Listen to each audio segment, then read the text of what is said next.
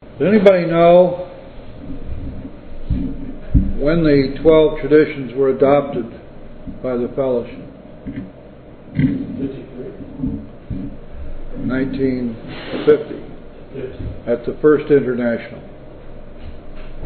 And does anybody know who wrote the 12 traditions? No. Yes. They were written in 1946. And there's a complete history and a complete exposition of the traditions to be found, not in the 12 and 12. This is an expurgated version, very much watered down. But if you get the Language of the Heart, a book which is a compilation of all of Bill's writings for the Grapevine, you'll find the first section is composed almost entirely of his writings about the traditions. And it's a very, very complete history and complete analysis of each of the traditions.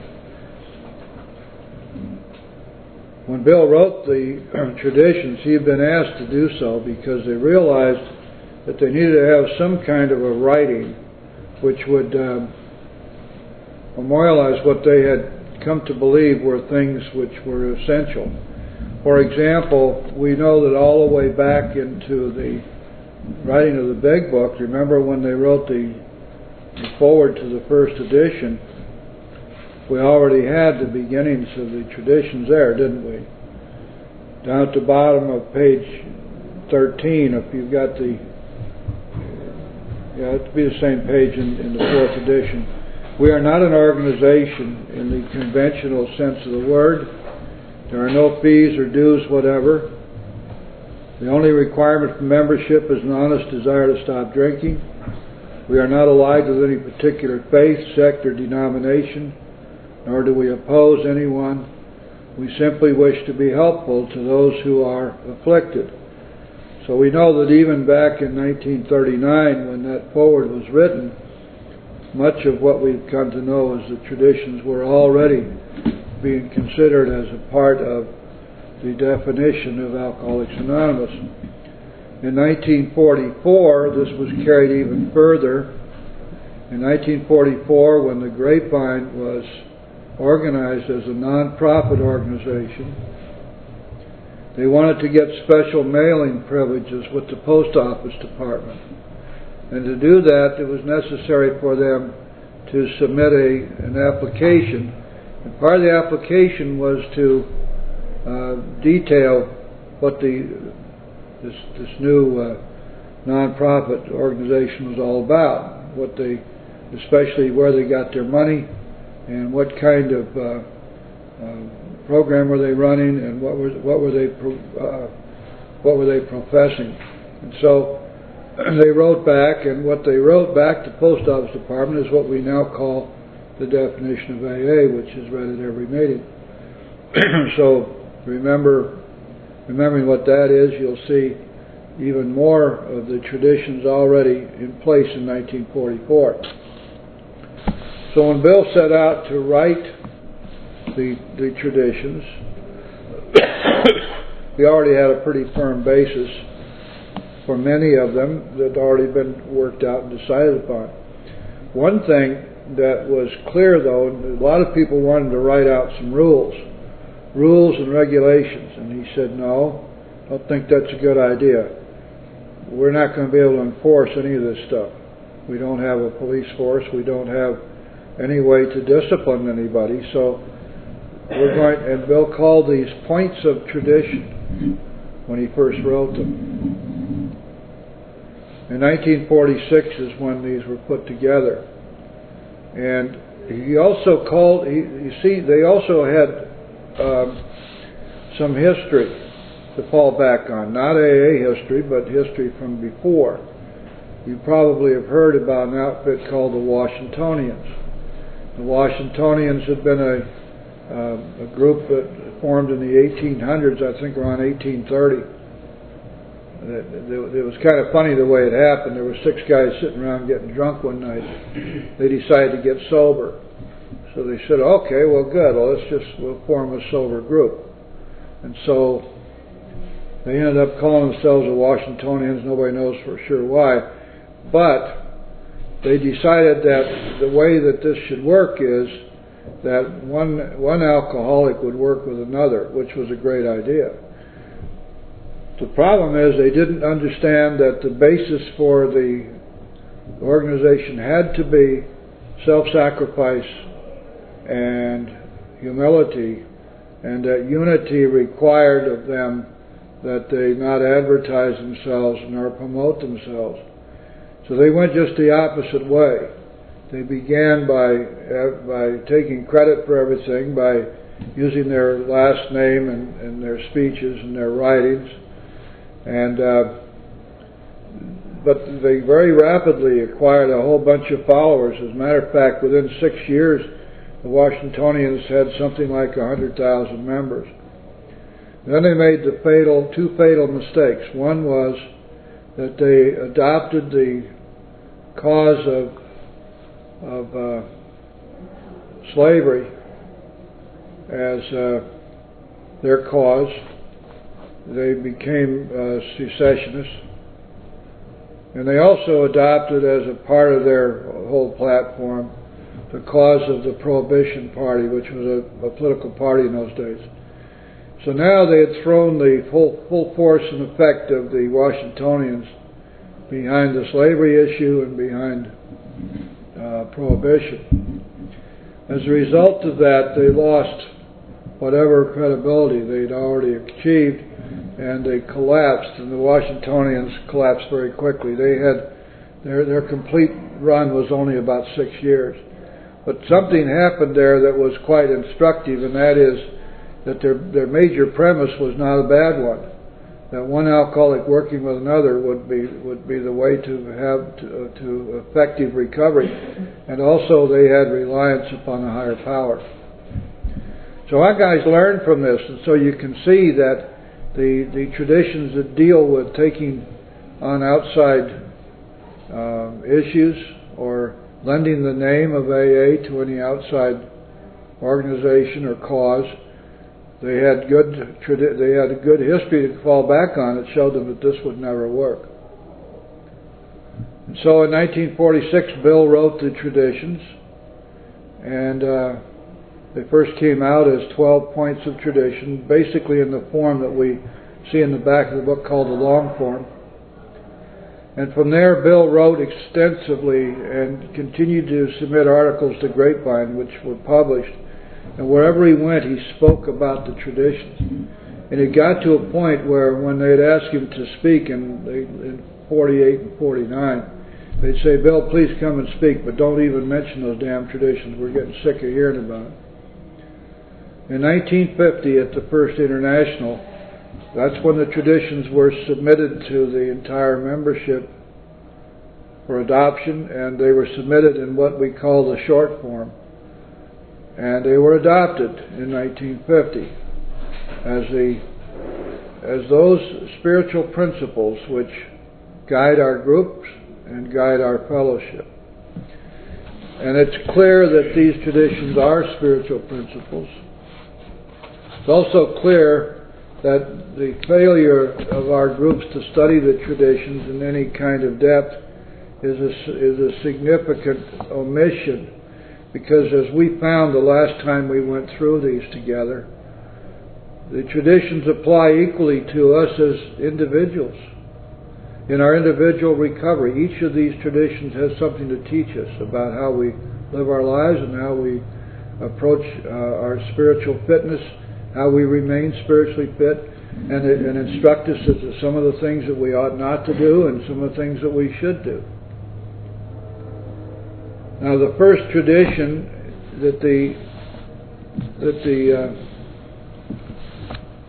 the common welfare has to come first, and that our personal recovery and sobriety depends upon the unity of the fellowship.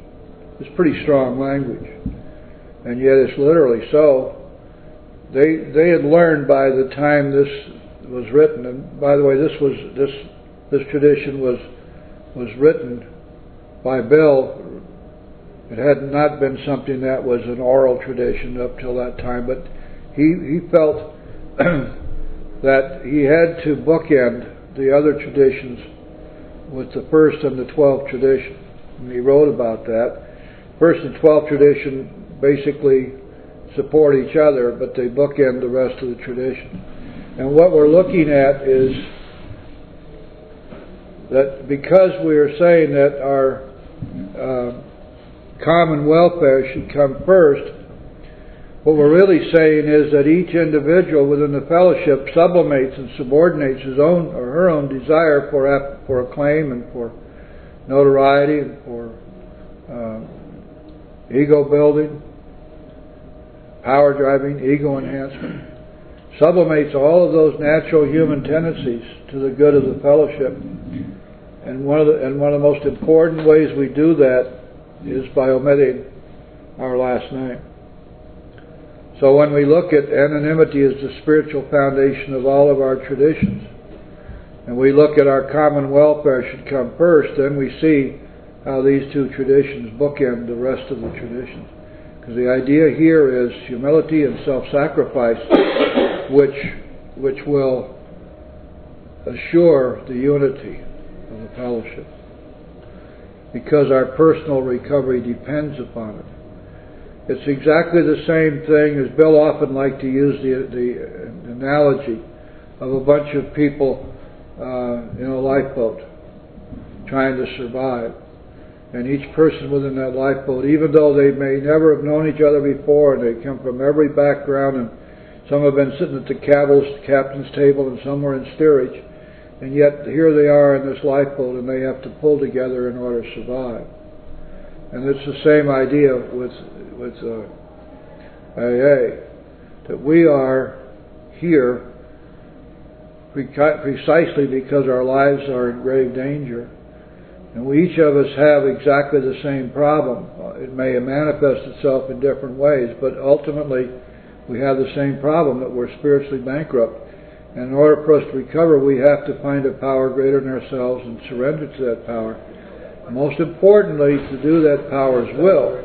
And to do that, we need the unity that each of us can help to bring to the fellowship and to our groups. There are today groups all over the place, one right here close in this town, where some individuals are doing everything they possibly can to disrupt the unity of the group, making people pick sides. It's a shame to see that happening, because that's the way you destroy a group. I know that there are 3 groups that existed in North Miami which no longer exist.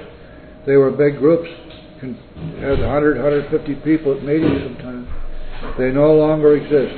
They fell into the clutches of a cabal of powers that be, people who ran the thing to their own specifications, and almost overnight all of these groups collapsed. It just doesn't work that way. They broke every tradition in the book. Alcoholics Anonymous deals with the disease of alcoholism. Alcoholism is a self-cleaning oven. That's why we don't have to be afraid. We don't have to be afraid of anything. We don't have to worry about those strange alcoholics who wander in off the street, who may have absolutely no alcohol to speak of in their story, and yet they're seeking help from us. And they say to us, if you don't help me, I'm going to die. What are we going to do? We're going to turn them away? This was settled all the way back when Tradition 3 was being decided upon. The answer was, what would the Master say? The answer was simple and was obvious. We didn't have the right to turn somebody away who needed our help. And so, what we're looking at here then are 12 principles stated as traditions which guide our fellowship and our groups, but which, and this is so important, apply, each and every one of them applies directly to us as well. And as we go through this cycle of the traditions together, we're going to try to point that out, to see how we personally are affected by these traditions, as we would naturally be. If we're dealing with spiritual principles here, and we are, then they apply equally to us in our individual lives as they do to the group and to the fellowship as a whole. Now, when we look at the traditions, we find that there are no AA police, even though I continually joke about it, that there are no rules which are to be enforced, that nobody can be denied membership, the only requirement being that we have a desire to stop drinking. Nobody can tell us we don't. There is nothing in our traditions which requires of us that we identify ourselves as an alcoholic. Only thing we're required to do, according to traditions, is identify ourselves as a member of Alcoholics Anonymous. And anyone that you know, or if you're personally having a problem with this, my name is Jim, I'm an alcoholic, forget it, you don't have to say that. I'm a member of Alcoholics Anonymous, and that's backed up in the Big Book. You're a member when you say you are. We have no chiefs. We're all Indians. Every once in a while an Indian consents to be a trusted servant who operates at the will of the group or the will of the fellowship. And this business of trusted servant goes all the way to the top. I know I was a delegate in New York for a couple of years. There's no difference there. It's the same thing. You'd think when you'd go up to New York to be a delegate, you'd have all kinds of power. Could be making all these great decisions which would affect the whole fellowship, and everybody would have to pay attention. BS. Mostly a debating society. Sit around and make some decisions here and there. None of which can be enforced as far as the individual groups are concerned. Each group is autonomous.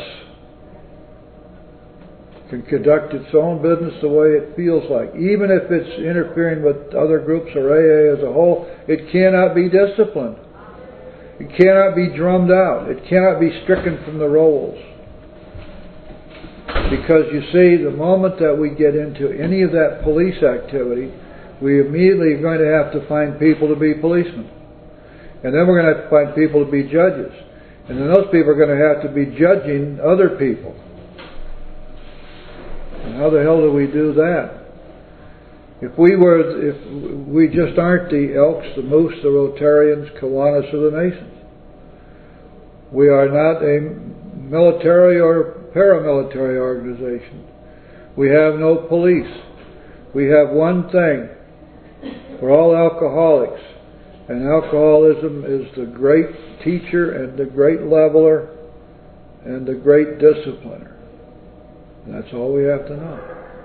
That's why the traditions were developed with that sole thing in mind. We don't have to be afraid. So long as the fellowship and the group stick with the traditions, we'll last forever. This fellowship has the potential to go on till there is no more world left. And there is no other organization in the whole world that has that.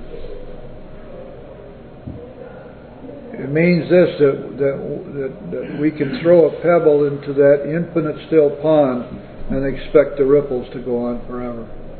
It's amazing. We have found the formula for an organization of human beings which has the capability and the potential to last forever. Nobody can make any rules about it. It all depends upon one thing, that when we come in here we're alcoholics, faced with an alcoholic death, and that we all agree on a common method of recovery, which is to find and surrender to a higher power. So, okay, that's enough from me. Who'd like to share? Dennis, how about you? I think that's enough. Yeah.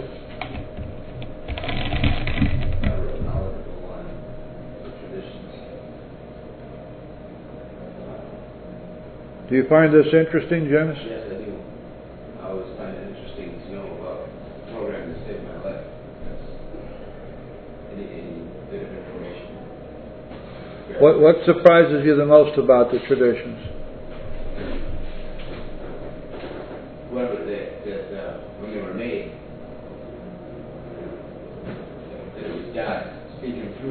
person to make them. So this thing will last forever. So I believe, like, when you sit there and say not to give you the credit because that's working through you, it's just the thing there. It's a great thing, and they're set there perfectly in line so that we will last forever. Do you know what Bill said about all this? He said nobody invented AA. It just grew by the grace of God. So he knew what was happening. Anything else you'd like to share with us? I haven't done much work with the traditions. I'm choosing to work on my steps today before I get to my traditions. But I did go to a traditions meeting once in the other room here. It was on the 7th tradition. And I got to learn that there was a bit of, there were some problems in the beginning getting this thing started financially. And that's kind of when they decided, not to take any contributions from the outside because who was it, Rockefeller kind of put up some money, gave some money to Bill, I think it was, and that's how we kind of first started the thing out, paying the rent and things like that. No, that was for publication of the big book. Yeah, that's right. Well, but Rockefeller said, you guys shouldn't be asking other people for money. Right. And that's a big mistake, he said. And then they through experience, learned that to depend on ourselves. Yep. It's worked so far. If I got $1 for a Coke, I sure got $1 for the basket. Yep. What do you think about this idea of having this prudent reserve? That's a trick question. Well, of course, it's a good idea. Like having Why? Like having investments. Huh? Like having an insurance policy. Insurance against what? Against our existence. Okay, so we are self-supporting to our own contributions, right? Correct. When would we ever need a prudent reserve? What? When we stop supporting ourselves, right? Which sometimes happens, because sometimes the group members aren't attending, and then that, is left out money. So you always want to cover it, knowing that it's the welfare of the whole group, so the other members can still have a meeting, and we'll have the money to pay rent. Yeah. And why would, if we've been able to pay rent up to now, why would we ever not be able to pay? Where is our trust in God? Where is it that we have fallen down on our obligation to be the support of our own group? Where's the fear? I hear people say, well, we might have to go for 2 or 3 months without any income, and therefore we couldn't pay the rent. What does that mean? Stop having meetings? Well, it would be... Everybody goes on vacation or what? It wouldn't be self-supporting. That's right. Exactly. You see, this whole thing is a product of fear, isn't it? What is the fear? That we are not going to be capable of being self-supporting to our own contributions? Is that the fear? I think it's more of responsibility than fear. As a group. Okay.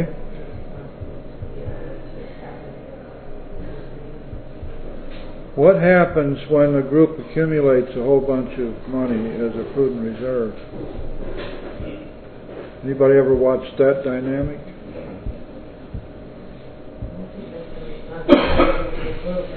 There should be, as members of the group, they should have some kind of discrepancy as far as how much they're going to need, if they ever will need it, and always have that as a guide. Combine and collect and accumulate. That's not necessary. Okay.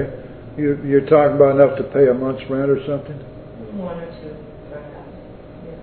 Okay.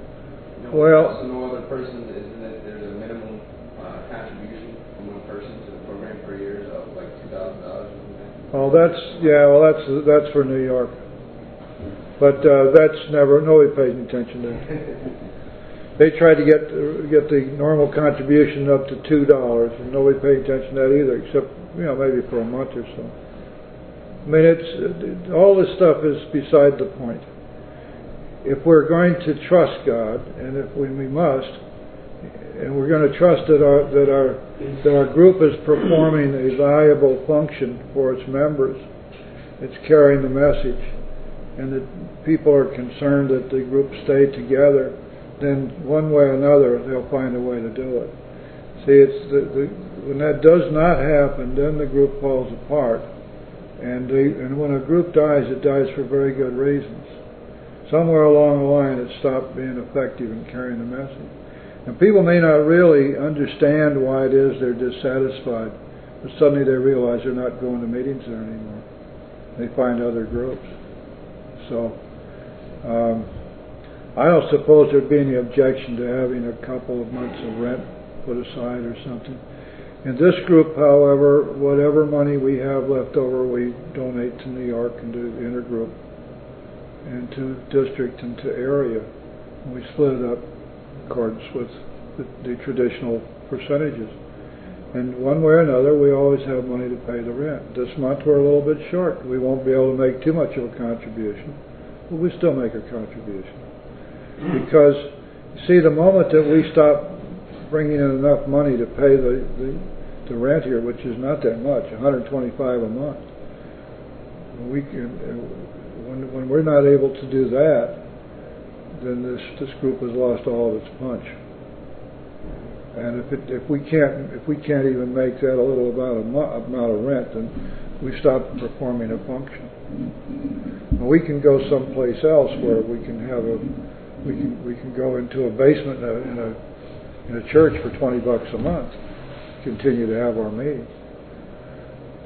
Because there's no way that a group is ever put out of business just because it can't make rent.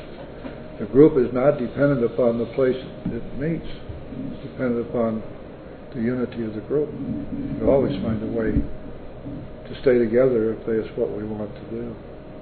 I'm going to move the workshop that's up at Pompano Beach Club. I'm going to move it down here because it's just not working up there. They don't support it. And so move it here and see if it has support here. Probably will. If it doesn't, we'll close it down. If nobody wants it, then there'd be no point in continuing to do it. Having a couple months' rent put aside, I can see how that'd be okay.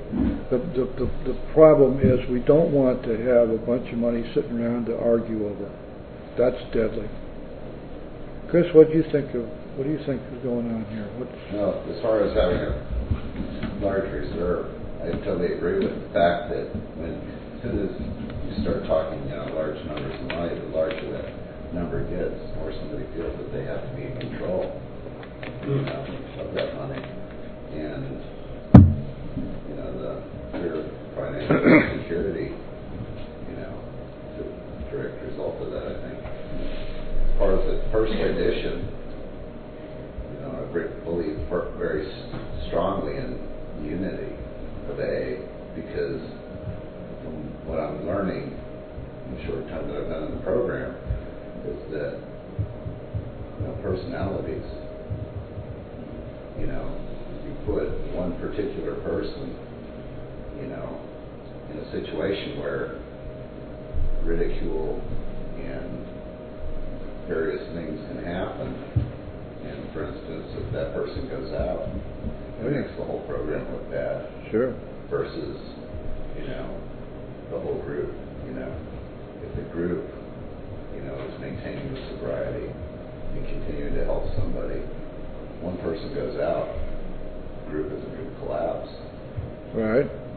And that's what the first tradition means to me. Okay. Good. Thank you, Chris.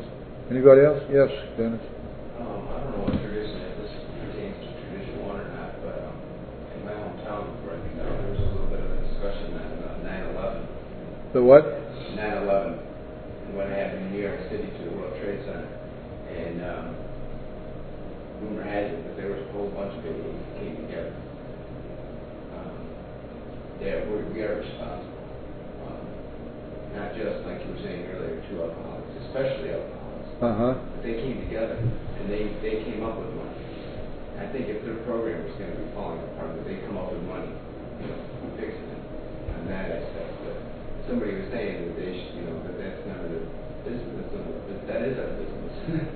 Sure. Helping other people is our business. That's what we do. That was absolutely great that they showed up with truckfuls of food and stuff in the trucks and did all that volunteer work. Sure. That was great. That we didn't do it for any publicity or to look good or anything else. No AA name was mentioned on the news for doing that. But you seen it when people were talking and you heard their words when they were being interviewed. They were part of our fellowship when they were there.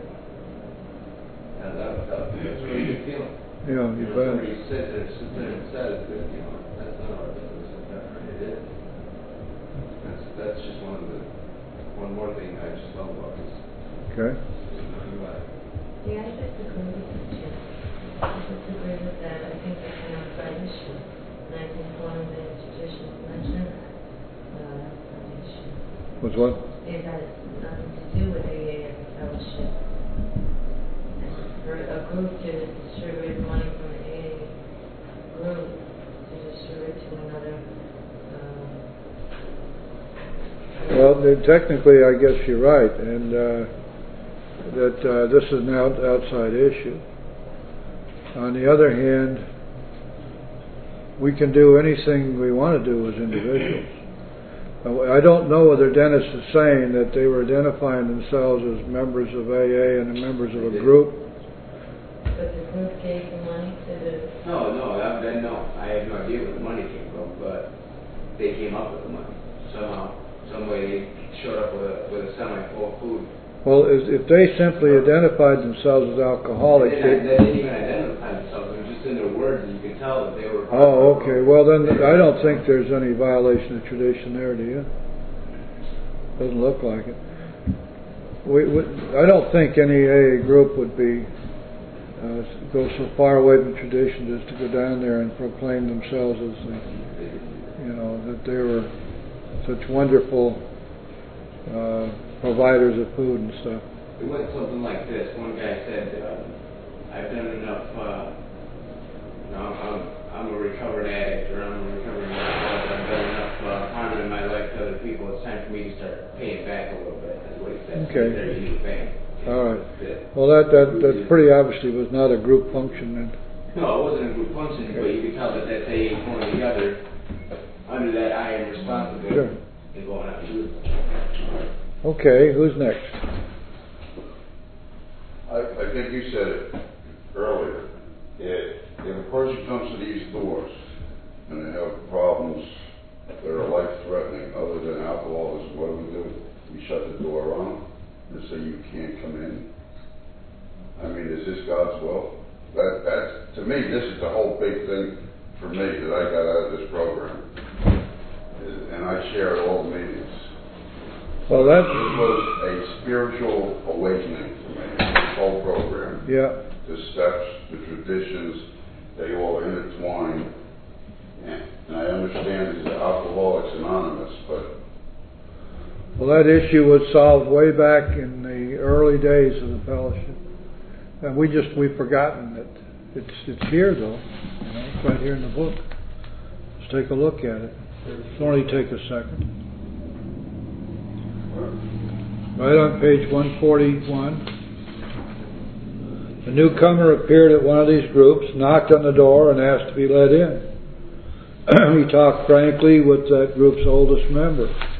He soon proved that his was a desperate case, and above all, he wanted to get well.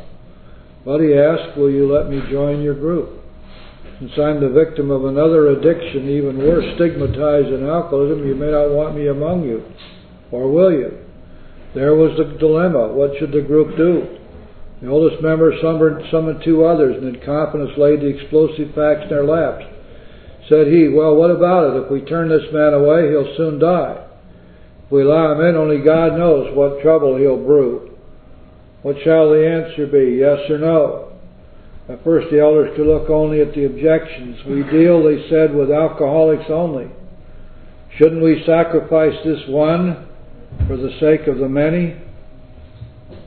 Wow. So went the discussion until the newcomer's fate hung in the balance.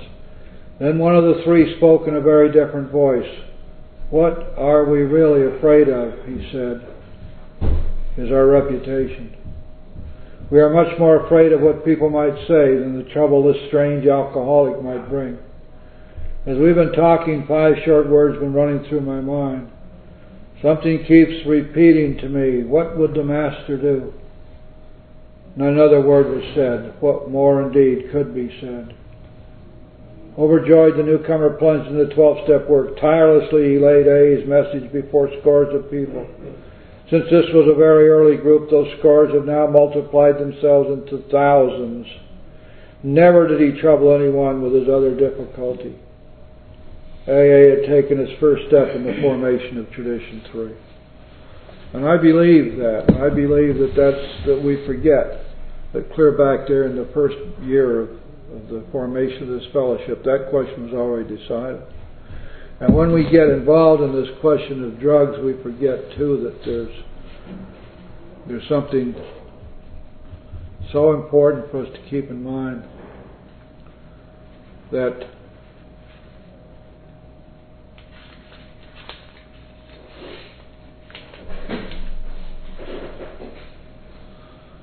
page 22.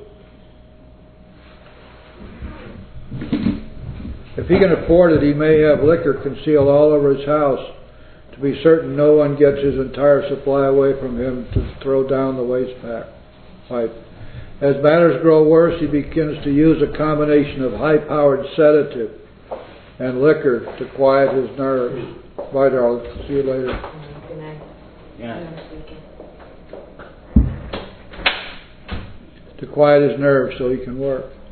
Then comes the day when he simply cannot make it and gets drunk all over again. Perhaps he goes to a doctor who gives him morphine or some sedative with which to taper off. Then he begins to appear at hospitals and sanitariums. This business of drug use goes all the way back into the formation of fellowship. There is no way to separate the two.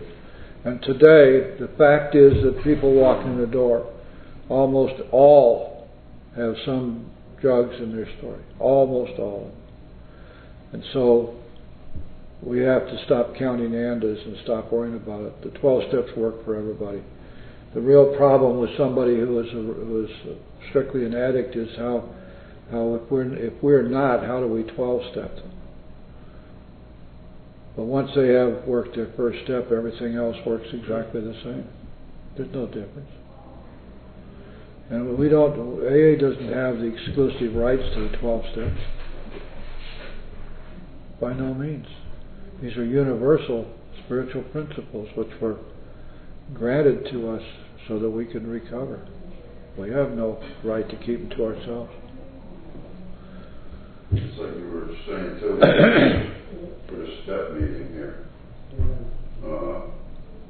People, the group conscience, Tradition 1. I think a lot of people forget that too. They turn it into their own little crusade on keeping people. Yeah. No, I'm sorry. You read and you follow through. When you're hurting and you first come in, my belief is that somewhere along the way, that human solution steps into everybody's life when they have sobriety. I've seen it happen in other rooms.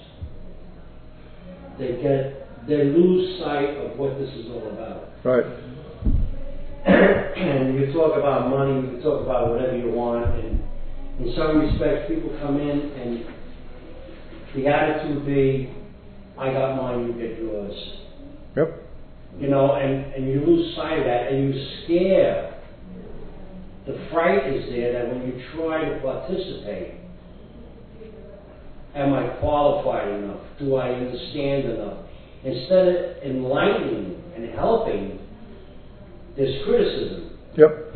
That, you see, when I listen to you speak sometimes, it's beautiful the way you bring it out. I understand it.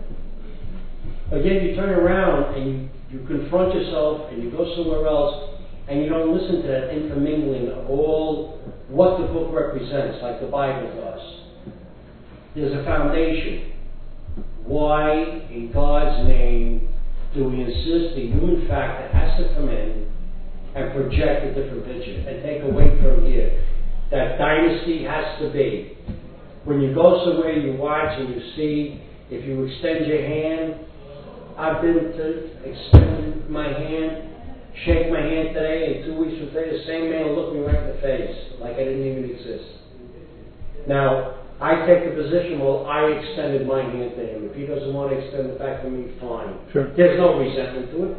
Let it go. Exactly. You know? But then you sit back and you say, well, if I have the sense or the resources to accept that type of an answer, what happens to the person that's not that thin skin, that thick skin, I should say, that takes a resentment to that you may scare?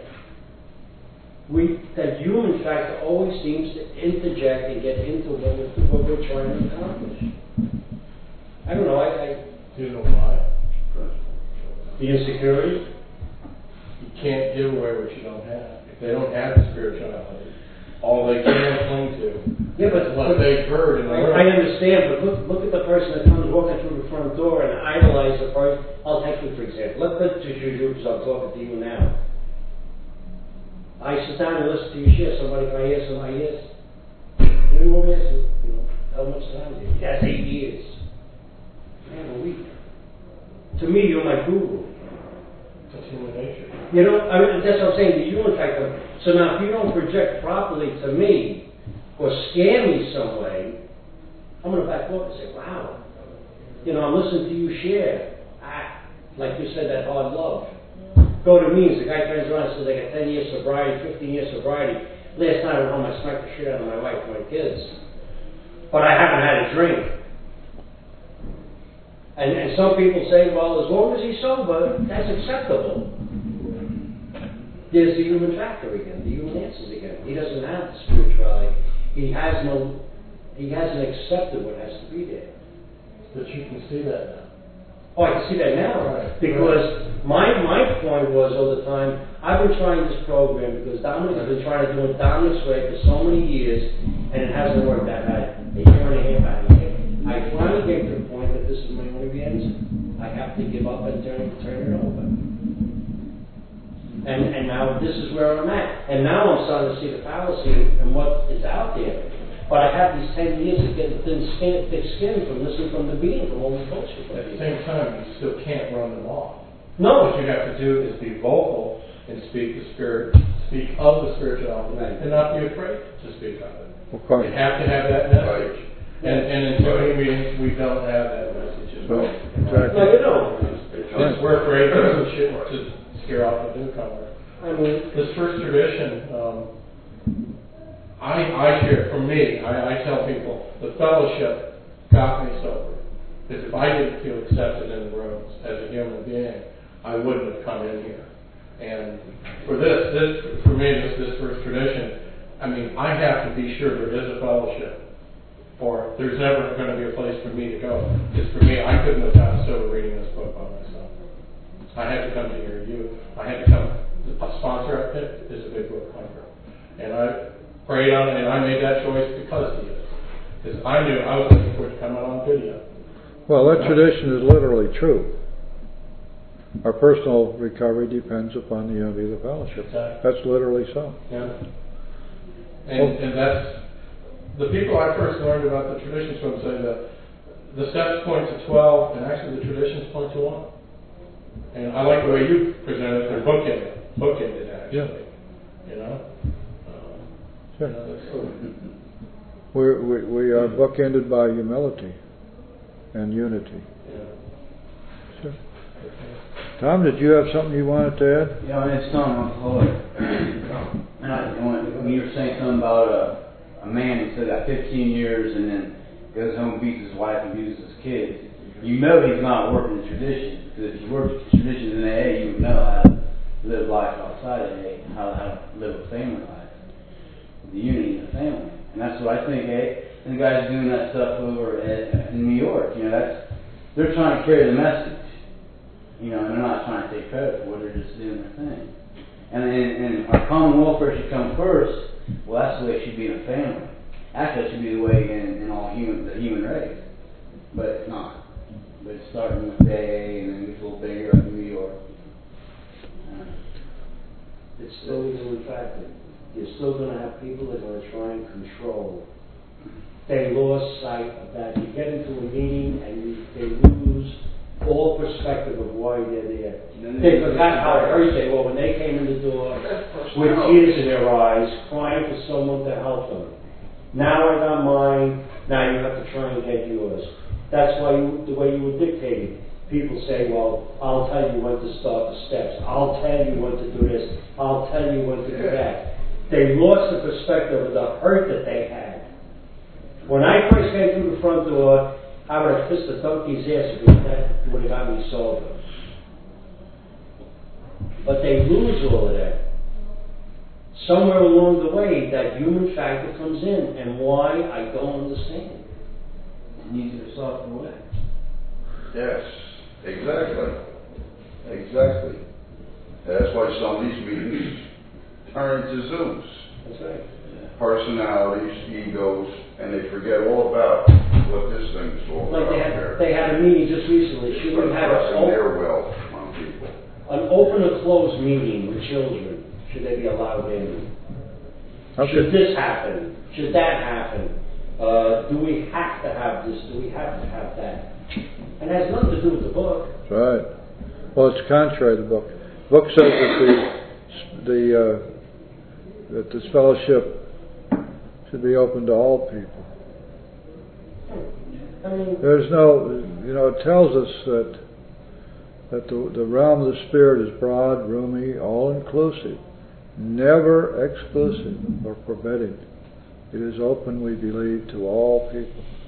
And every time we break that, that's God's will. And every time we set up these exclusive meetings, men's, women's, doctors, lawyers, closed meetings. You can't have. Why would you keep a little kid from being in a meeting if the kid is quiet? Well, he's not an alcoholic. Well, what's that mean? He's going to go rat you out at kindergarten? I mean, what's the point here? yeah, I know. And so you're dead right. But the people who fall back into the human solution don't stay sober anyway. So you're going to be waving bye-bye to them pretty soon. We can pretty much relax about them. The problem is they screwed up the newcomer quite a bit, and that's why we spend a lot of time trying to keep the records straight. And that's why I do a sponsorship workshop. I've been doing it for 14 years now. Because Tom knows, in that workshop, 3 or 4 or 5 people every cycle will get it. But they go out and they're carrying the message then. And they know how to do it because we learn how to teach the steps, now to teach the big book. Where do you have this workshop? Is that the workshop you're going to move here? Yeah, we're going to start it here in about 4 weeks.